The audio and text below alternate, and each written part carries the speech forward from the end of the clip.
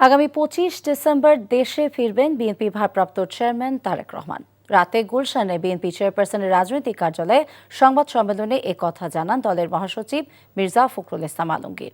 জানান দীর্ঘ প্রায় ১৮ বছর নির্বাসিত থাকার পর দেশে ফিরবেন তারেক রহমান। তার দেশে আসার মধ্য দিয়ে গণতন্ত্র উত্তরণে যেসব বাধা এখনও রয়েছে তা দূর হবে বলেও জানান তিনি। বলেন, তফসিল ঘোষণার মাধ্যমে গণতন্ত্রের ট্রেন চালু হয়ে গেছে।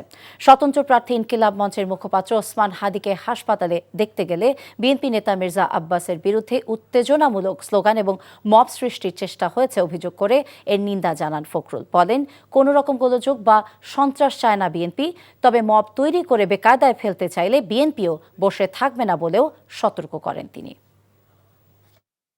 আমি আপনাদের অত্যন্ত আনন্দের সঙ্গে জানাচ্ছি, জনাব তারেক রহমান আমাদের দলের ভারপ্রাপ্ত চেয়ারম্যান, তিনি আগামী ২৫শে ডিসেম্বর, আমি আবার রিপিট করছি যে আগামী ২৫শে ডিসেম্বর তিনি ঢাকার মাটিতে আমাদের মাঝে এসে পৌঁছবেন। এবং আজকে গণতন্ত্র উত্তরণের পথে যে সমস্ত বাধাগুলো সৃষ্টি হয়েছিল, আমরা মনে করি যে আমাদের ভারপ্রাপ্ত চেয়ারম্যান জনাব তারেক রহমান সাহেব দেশে এসে পৌঁছলে সেই সমস্ত বাধা দূর হয়ে যাবে।